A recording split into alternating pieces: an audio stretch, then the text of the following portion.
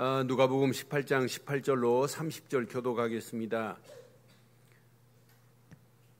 어떤 관리가 물어 이르되 선한 선생님이여 내가 무엇을 하여야 영생을 얻으리이까? 예수께서 이르시되 내가 어찌하여 나를 선하다 일컫느냐? 하나님 한 분 외에는 선한 이가 없느니라. 네가 계명을 안 하니 간음하지 말라, 살인하지 말라, 도적질하지 말라, 거짓 증언하지 말라, 내 부모를 공경하라 하였느니라. 여짜오되 이것은 내가 어려서부터 다 지키었나이다.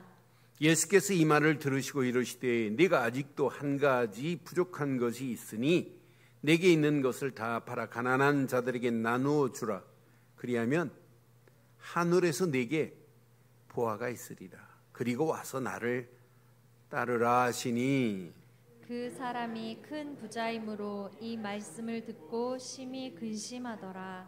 예수께서 그를 보시고 이르시되 재물이 있는 자는 하나님 나라에 들어가기가 얼마나 어려운지 낙타가 바늘귀로 들어가는 것이 부자가 하나님의 나라에 들어가는 것보다 쉬우니라 하시니 듣는 자들이 이르되 그런즉 누가 구원을 얻을 수 있나이까?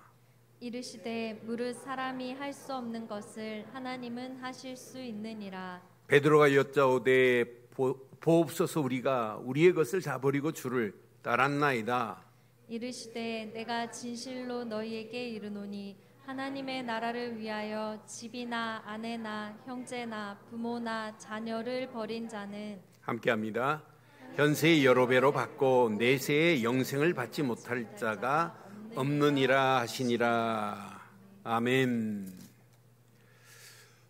예수님을 따르는 주변 사람들을 살펴보면 오늘날하고 똑같아요. 오늘날 우리가 살고 있는 지금 이 시대 신앙생활하는 우리들의 모습과 너무 똑같아요.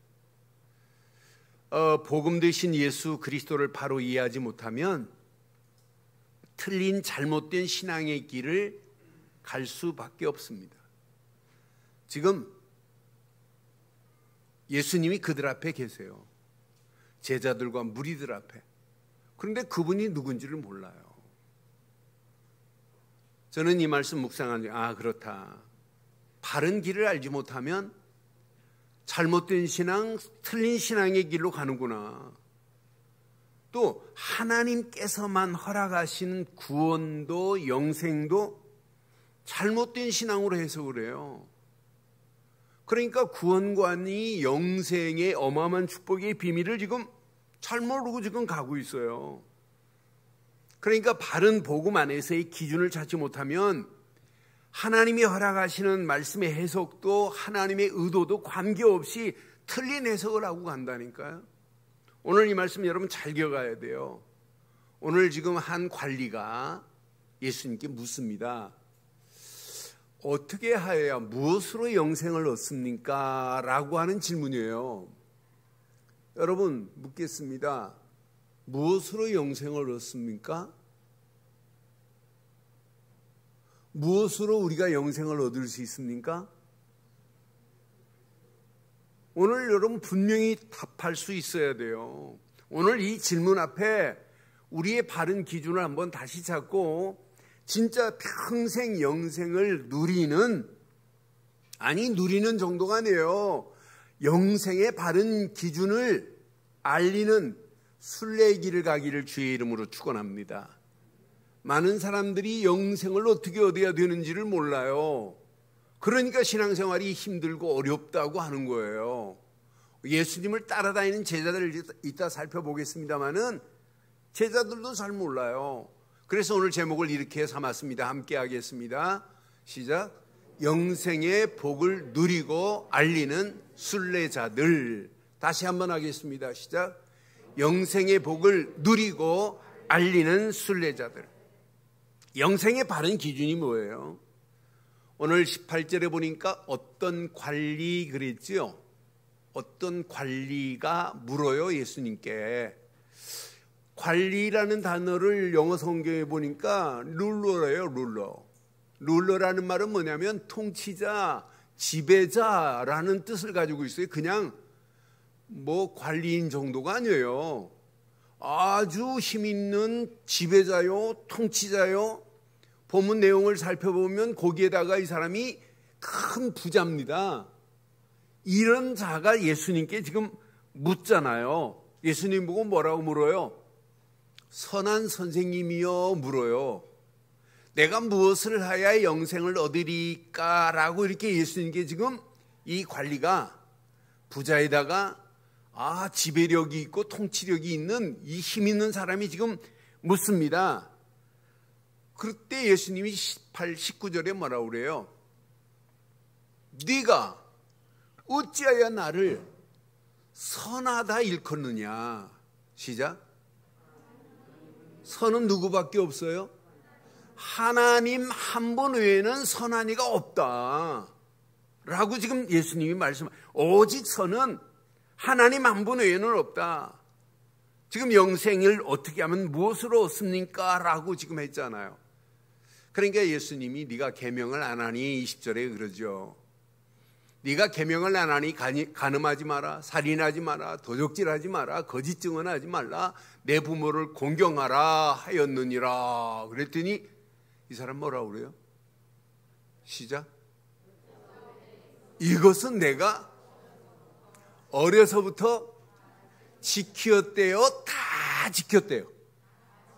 다 지켰대요.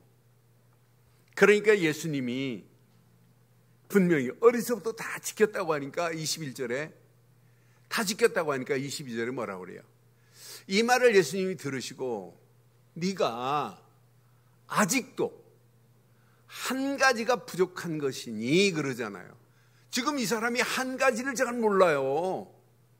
땅의 것은 아는데 눈에 보이는 어마어마한 것 비밀은 아는데 눈에 보이는 부한 것도 가지고 있는데 뭘 모르냐 이 사람이 하늘에서 있는 그 보화의 비밀을 알지 못하는 사람이에요.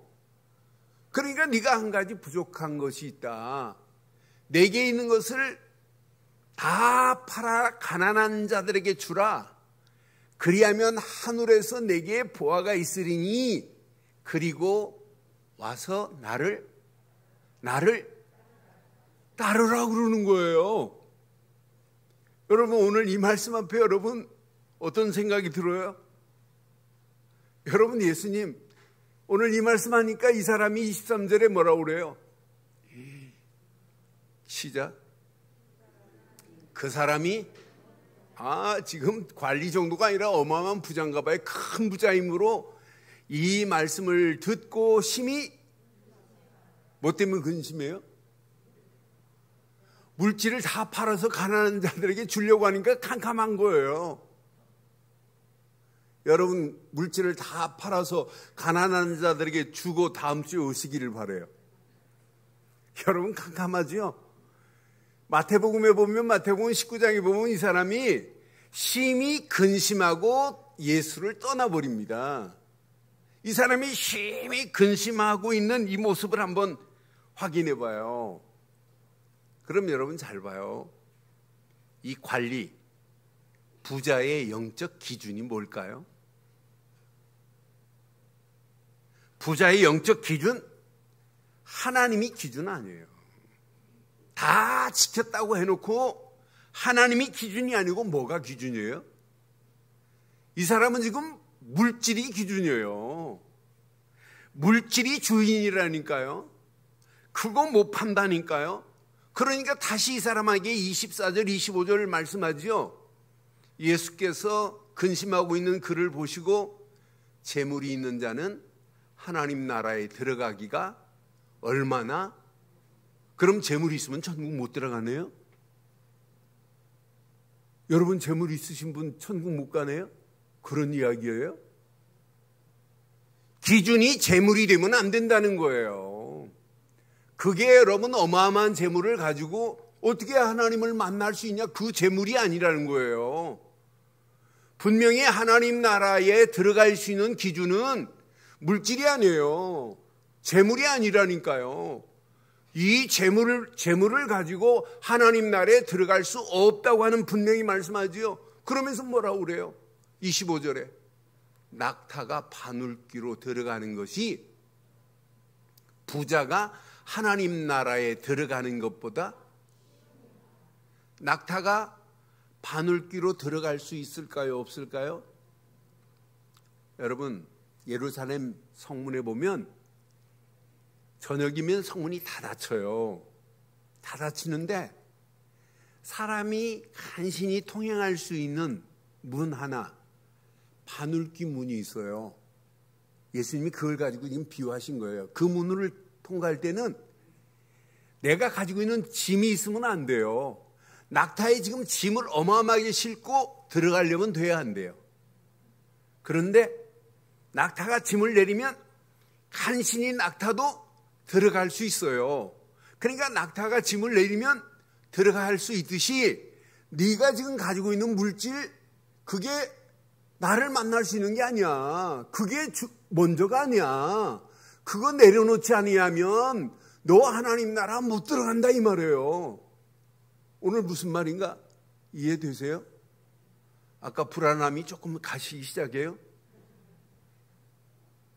이 사람의 기준은 하나님 기준 아니에요. 그 앞에 계신 예수님이 누군지도 몰라요. 그 앞에 계신 그분이. 이 사람이 뭘 몰라요? 하늘에 있는 보화의 비밀을 몰라요. 오늘 이 말씀 앞에 여러분 오늘 자유함을 누려야 돼요. 저는 이 사람 보면서 원래 유대인들이요, 부자, 돈이 많고 부자는 하나님이 내게 축복하신 자부심 대단합니다. 그런데 자기들 의로 하나님의 선한 축복의 자부심도 자기들 마음대로 얻을 수 있는 거 아니거든요. 그러니까 물질 대단한 것 자랑하다가 결국 망하는 길로 가는 거예요. 이 사람 모습 자세히 보세요. 오늘 예수님께서 계명을 가지고 말씀했더니 뭐라고 그래요? 뭐라고 말씀해요? 어려서부터 뭐래요? 다 지켰대. 그럼 지가 하나님이네? 이 사람 착각하고 있는 겁니다. 진짜 지켰어도 진짜 심령이 가난한 심령의 믿음의 고백은 뭐라고 그래요? 하고도 부족하다고 그러잖아요. 하나님의 은혜를 생각하면 하나님께 드리고도 내 것 드린 게 아니잖아요. 이 사람은 자기 의로 지금 조금만 망하는 길로 가고 있어요. 오늘날 교회가요, 자기가 대단한 일 하면 자기가 착각합니다. 자기가 대단한 일. 지금부터 한 35년도 넘었어요. 40년 가까이 돼요. 울산의 한 의사가 장로인데 그 교회 32억 들여서 그때 당시 서울 밑에 한강 밑에 울산에서 최고 좋은 최고 큰 교회 졌다고 자랑했어요. 옛날 제가 있었던 교단인데. 그런데 이 의사가 32억 헌금 중에 16억을 했어요. 이 장로가. 나중에는 장로파, 목사파 둘로 나눠가지고 1층 나눠가지고 예배드렸어요. 쥐가 했대, 쥐교회래. 이게 바리새인 이 사람하고 똑같은 거예요. 그건 못 내려놓습니다. 내게 어디 있어요? 하나님의 것지. 저는 이 말씀 확인하면서 예수님께서 다 버리고 하늘에 어마어마한 보화가 있다. 이걸 보고 나를 따라와라 그러잖아요. Follow me, 따라와라 그러는데 이 사람 안 따라가고 떠나요. 예수님을 따라가지 않는 신앙의 모습을 보면 무슨 중심일까요? 자기 중심적 신앙이라 이게 이 사람이 망하는 길로 가고 있는 모습을 우리에게 지금 가르쳐주고 있는 거예요. 그럼 여러분 자세히 보세요. 이 이야기를 지금 제자들이 들었어요. 26절 보세요. 26절 보면 자, 여기에는 제자들이라고 표현 안 했지만은 지금 예수님과 관리가 대화하는 내용을 지금 듣는 자들이 있어요. 이게 제자들입니다. 제자들이 듣고는 누가 구원을 얻을 수 있습니까? 라고 지금 질문하는 내용이에요. 그때 답을 얘기해요. 27절에. 무릇 사람이 알 수 없는 것을 시작. 하나님은 하실 수 있다. 그러면은 구원은 사람의 노력, 사람의 힘, 사람의 능력으로는 구원 받을 수 없다고 하는 거예요. 구원은 누구밖에 할 수 없다? 하나님만이 하실 수 있다. 영생은 누구만이 줄 수 있다? 하나님만이 줄 수 있다. 선은 누구밖에 없다? 하나님밖에 없다고 하는 사실을 정확하게 지금 가르쳐주고 있는 거예요. 뭐로 사람이 알 수 없는 것을 하나님만이 하실 수 있다. 구원은 우리의 소관이 아닙니다. 하나님이 우리에게 은혜로 주는 것이 구원이라는 최고의 선물인 줄 확신합니다. 오늘 베드로 보세요. 그 다음 절 보면 베드로가 이제 말합니다. 제자들 무리 가운데 지금 듣던 사람들이 얘기하는데 베드로는 이제 한마디예요. 베드로의 성격이 가만히 있을 성격이 아니죠. 자, 베드로가 여짜오되 보옵소서, 우리가 우리의 것을 다 버리고 주를 따랐나이다 라고 이제 베드로가 지 성질대로 지금 얘기하지요. 29절 보세요. 이르되 내가 진실로 너에게 이르노니, 시작, 하나님의 나라를 위하여 집이나 아내나 형제나 부모나 자녀를 버린 자는 그 다음 현세에 여러 배로 받고 내세에 영생을 받지 못할 자가 없느니라. 그럼 오늘 돈도 다 버려야 되네요. 여러분 아내도 버리고 부모도 버리고 다 버려야 되네요. 그런 얘기가 아니잖아요. 우리의 영적 기준에 우선순위가 있어요. 이 영적 기준에 우선순위를 놓치면 결국은 이렇게 되는구나. 하나님이 보낸 예수를 그리스도로 믿지 않고 어떻게 구원을 받아요? 아니, 예수를 그리스도로 믿지 않고 그 앞에 계신 그분만이 영생을 얻을 수 있는 비밀인데 이걸 모르잖아요. 그분을 믿을 때 하나님 나라가 내게 임하는 어마어마한 축복의 비밀을 몰라요. 오늘 이 비밀을 알면 삶이 달라져요. 여러분의 삶의 우선순위가 달라진다니까요.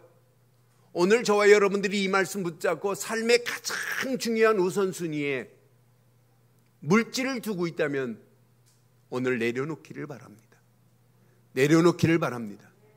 삶의 우선순위에 여러분 자녀를 두고 있다면 일단 내려놓으세요. 이거 안 바꾸면 여러분 오늘 영원한 생명의 가치가 내 속에도 누릴 수 없어요. 저는 이 말씀 묵상하면서 몇 가지 이제 적용해 봤어요. 자, 여러분, 물질이 많은 부자는 악한 것입니까? 악한 거예요? 물질이 많은 게 악한 거예요? 여러분, 가난한 게 악한 겁니까? 저는 절대 그렇지 않다. 여러분, 물질이 왜 악합니까? 물질의 여러분 소유관만 정확하게 알면 여러분 그 물질이 오히려 더 축복으로 바뀌어져요. 물질의 소유주는 누구세요? 누구세요? 왜 크게 말씀 안 하는? 누구라고요? 그런데 아니던데요?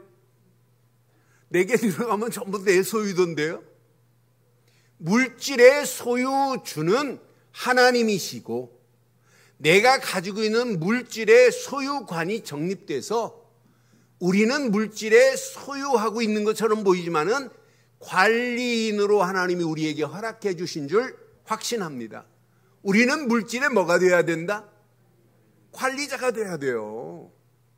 그럼 이 물질 때문에 더한 축복이 기다리고 있다니까요. 저는 잠언 18장 11절 확인하면서 맞다, 그렇다. 진짜 부자의 재물은 그의 견고한 성이라. 그가 높은 성격같이, 이게 망하는 길입니다. 이게 나의 견고한 성이 되어버리면 여러분 이게 망하는 길이에요. 그래서 욥이 정확하게 알고 있잖아요. 욥기 1장 21절에 모태에서 알몸으로 나와 싸운 즉 또한 알몸이 그리로 돌아갈지라. 시작. 주시니도 여호와시요 거두시니도 여호와시니. 여호와 이름이. 욥은 지금 어떤 상황이에요? 동방의 갑부였습니다. 하루아침에 아들 생일 잔치하고 다 날아가 버렸어요. 아들, 딸 10명 다 죽었어요. 10명 다 죽고 자기 재산 싹 날아갔습니다. 그런데 봐요. 소유관이 정확하잖아요. 주신 이도 누구요? 여호와시요. 거두신 이도 누구시요? 여호와시다. 내 소유라고 하는 순간부터, 내 소유권을 주장하는 순간부터 여러분 심령 속에 뭐가 싹트냐? 악이 싹트기 때문에 부자가 천국에 들어가는 것이 낙타가 바늘기 들어가는 것보다 더 어렵다고 하신 말씀이에요. 여러분, 지금부터 평생 여러분의 모든 소유하고 있는 이것은 내 것이 아니고 누구 것이다? 소유주는 하나님이시요. 하나님이 나에게 뭐로 맡겼다? 관리자로 맡긴 겁니다. 여러분 자식 여러분 것 맞지요? 아니던데 보니까. 여러분 자식도 여러분이 가지고 있는 모든 것이 누구의 것이다? 반드시 하나님의 것입니다. 그래서 잠언 30장 8절 9절에 보면 분명히 말해요. 잠언 30장 8절 9절 보면 곧 헛된 것과 거짓말을 내게서 멀리 하옵시며, 시작. 나를 가난하게도 마옵시고 부하게도 마옵시고 오직 필요한 양식으로 나를 먹이시옵소서. 9절. 혹 내가 배불러 하나님을 모른다, 여호와가 누구냐 할까 하오며, 혹 내가 가난하여 도둑질하고 내 하나님의 이름을 욕되게 할까? 그런데 여러분, 가난 벗어나시고 부하기를 바라요. 돈이 일만 악이라고 그래요. 디모데는 뭐라고 하냐면 디모데서 6장 10절에 보면 분명히 돈이, 물질이 여러분 악이 아니에요. 그래서 저는 확신합니다. 디모데전서 6장 10절 한번 확인해 드릴게요.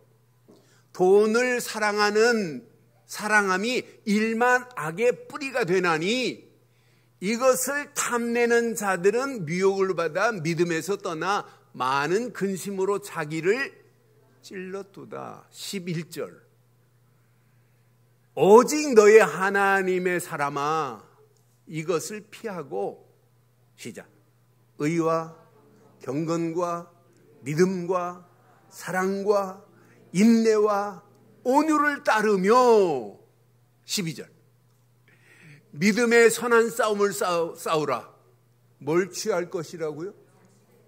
영생을 취할 것을 약속하잖아요.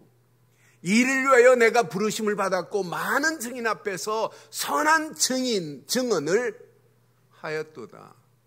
오늘 여러분 물질 필요해요, 안 필요해요? 여러분 부자 돼야 돼요, 안 돼야 돼요? 여러분 우리말을 속담에 그런 말 있잖아요. 뭐처럼 벌어서 정승처럼 쓰라고. 아시죠? 그 말이 무슨 뜻일까요? 천하게 벌었다 할지라도 쓸 때는 보람 있게 써야 된다, 이 말 아니에요? 여러분 우리가 이 땅에 살아가는 동안 여러분 가슴에 꼭 새기셔야 돼요. 여러분 돈 많이 버세요. 아멘 안 하는데. 부자 되세요. 부자 되세요. 아멘 한 분만 되기를 바라요. 부자 되세요. 그것 가지고 뭐 하려고? 하나님의 영광을 위하여, 하나님이 원하시는 일을 위하여 여러분 사용해야 되는 건 맞잖아요. 여러분 진짜 중직자라면 여러분 교회가 하나님의 영광을 위하여 하나님의 일을 하자고 하면 여러분 당연히 마음껏 하고도 남음이 있는 중직자 돼야 되는 건 맞지요? 맞지요? 여러분 이게 신앙생활이에요. 오늘 이 말이 부자가 악하다는 그런 얘기가 아니에요. 기준을 진짜 하나님이 원한 영생과 구원과 선한 비밀을 안다면 하나님이 주신 물질 내 것 가지고 욕심 안 부려요. 이게 악의 씨앗이 될 수 있어요. 오늘 이 관리, 이 큰 부자, 이 사람은 쥐고 있는 건 못 놔요. 이것 팔아가지고 가난한 자들에게 주고 하늘에 있는 보화를 너에게 찾아서 누리고 나를 따라와라 하는 이 말을 못 알아듣잖아요.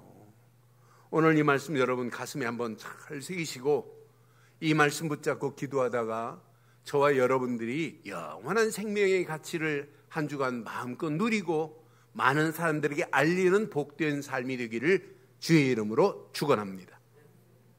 영생의 바른 복을 누리는 길을 몇 가지 한번 확인하고 정리하겠습니다.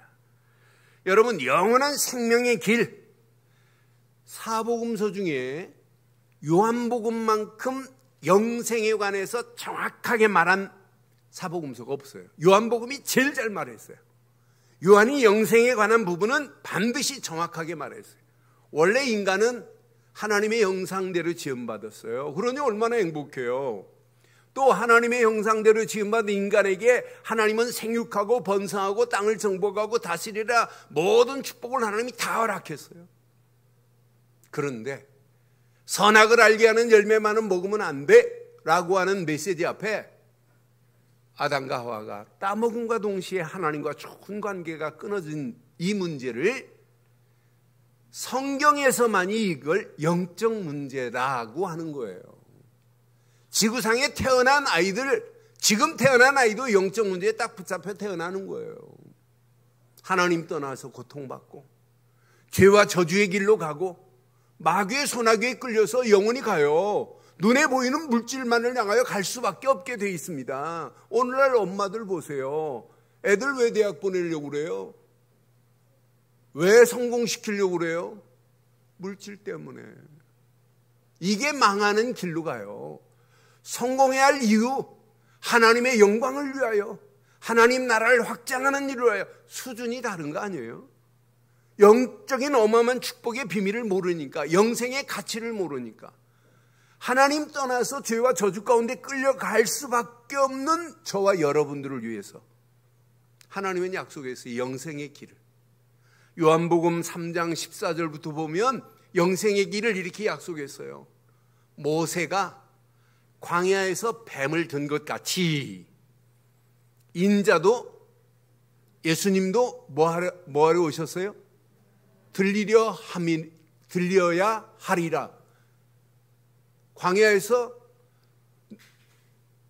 장대에다가 놋뱀을 단 것 같이 인자도, 예수님도 십자가에서 못 박힐 것을 이렇게 말씀했어요. 왜?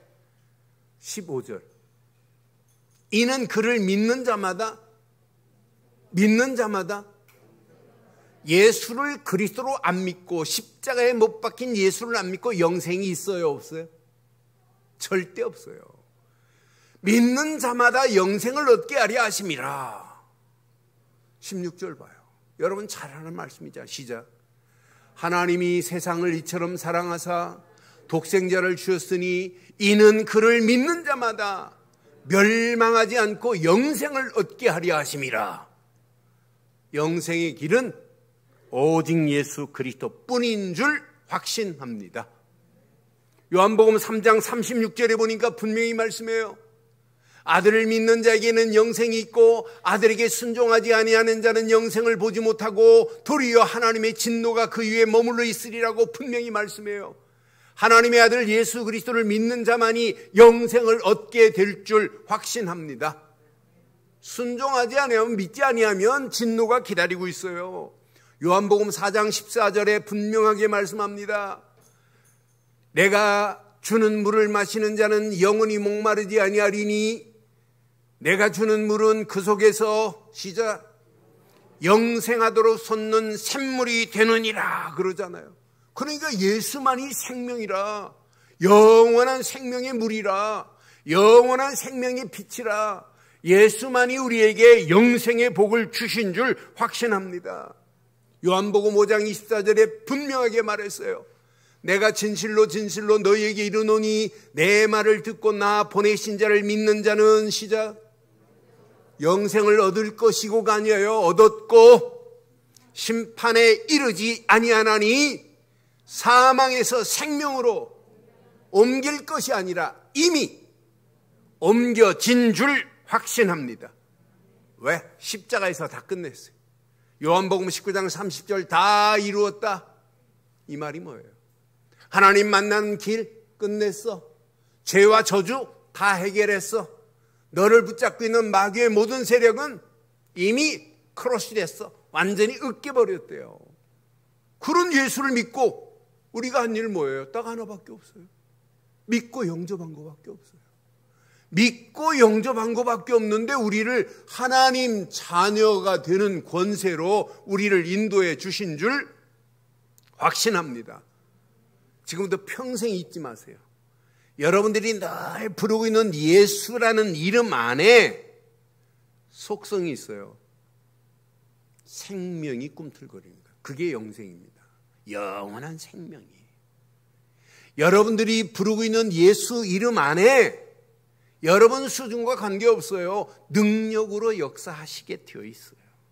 예수 이름이 능력이에요. 십자가의 도가 멸망받을 자에게는 미련한 것처럼 보이나 구원 얻은 우리에게는 하나님의 능력이 됨이라 그랬잖아요. 그리스도는 하나님의 능력이요 하나님의 지혜라고 분명히 말씀하잖아요. 능력. 예수를 그리스도로 안 믿고 어떻게 회복이 돼요? 영원히 마귀 자녀로 끌려가는데 오늘 분명히 보아의 비밀을 말하는데도 못 알아들어요. 사람의 힘으로는 알 수 없는 구원의 비밀 못 알아들어요. 그러니까 심히 근심하고 예수님을 떠나는 이 어리석은 부자 보세요. 얼마나 어리석어요. 여러분 가지고 있는 것 가지고 여러분 죽어도 가지고 갈 수 있나요? 죽어도 가지고 갈 수 있어요? 없어요. 그러니까 우리가 진짜 인생 살다가 예수를 그리스도로 믿는 믿음 안에서 우리 인생 언제 끝날지 몰라요. 물질이 아니라니까 오직 예수라니까요. 제가 어제 저희 큰 누나 86인데 소천하셨어요. 제가 3주 전까지 이렇게 전화로 같이 메시지 나누고 누나 붙잡을 건 예수 그리스도밖에 없어. 그런데 그 누나가 저희 집안의 믿음의 기둥이었어요. 불신앙하는 나를 도와주었던 분이고 우리 어머니 불신앙하면 우리 어머니하고 영적으로 막 싸워가면서도 우리 어머니를 영적으로 이렇게 살린 분이 우리 큰 누나였어요. 그 누나가 소천하셨는데 장례식에 내일 제 장례식을 치르는데 입관한 모습을 봤더니 꼭 나는 그렇게 이쁜 여자 처음 봤어요. 화장을 해놨더니 더 이뻐요. 얼굴이 살아있을 때보다 더 팽팽하게 하고 잠자는 모습을 보고 왔어요. 그래 가서 조카들하고 예배 드리고 메시지 주고 네 엄마가 우리 집안을 살리고 니네 집안을 살렸다. 그런 믿음의 선구자 역할을 하신 분이다. 그러니 너희들도 그 엄마의 믿음 우리 누나하고 제가 늘 통해요. 하나밖에 없다. 예수를 그리스도로 믿는 믿음밖에. 마지막 물질로 여러분 천국 가는 거 아니잖아요. 다 내려놓고 하나 오직 예수 그리스도만이 영생입니다. 영생입니다. 그 안에 능력이, 그 안에 회복이, 그 안에 응답이, 그 안에 승리의 비밀을 반드시 누릴 수 있어요.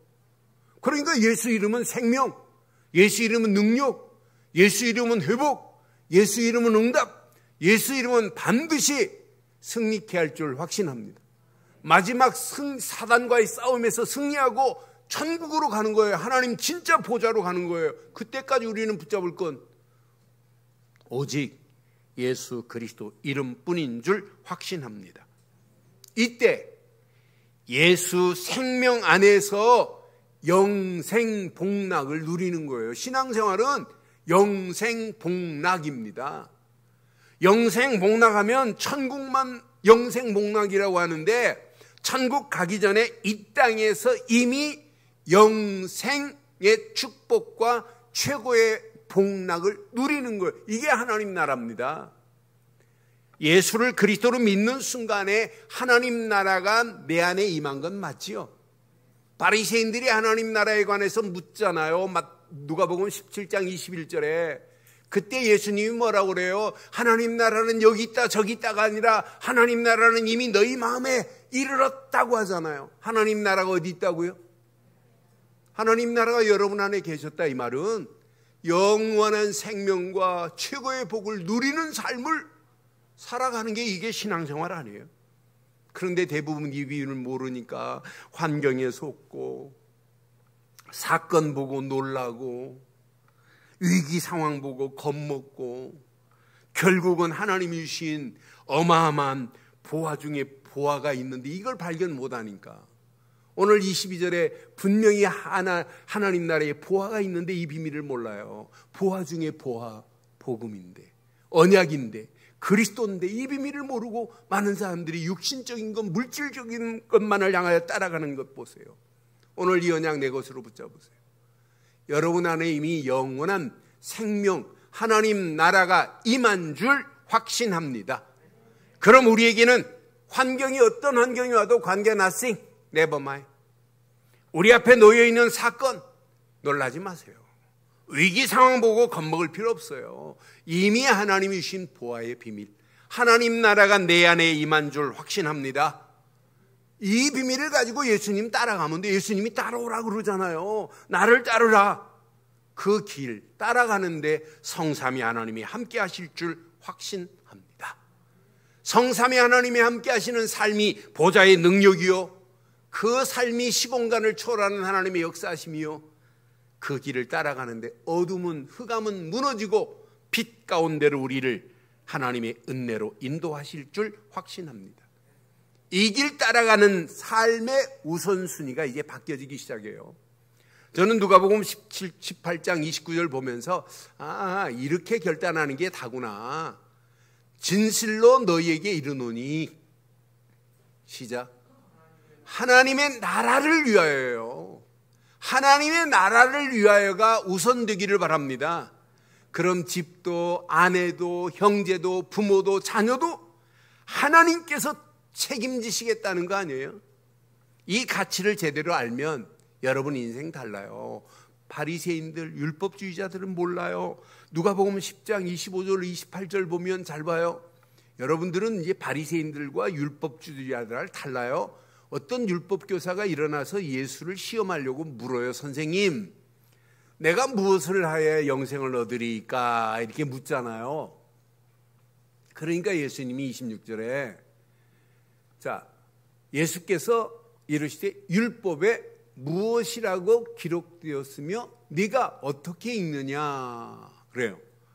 그러니까 대답하여 이릅니다. 내 마음을 다하여 목숨을 다하여 힘을 다하여 뜻을 다하여 주 너의 하나님을 사랑하고 또한 내 이웃을 내 자신같이 사랑하라 하였나이다 그래요. 28절 예수께서 이르시되, 시작, 네 대답이 옳다. 이를 뭐 하래요? 행하라. 그리하면, 여러분 진짜 영생 얻은 자 맞아요? 영생 얻은 자 맞아요? 진짜 맞아요? 그러면 여러분의 삶의 기준이 달라져야 돼요. 방향이 달라져야 돼요. 내 이웃을 뭐처럼 사랑하래요?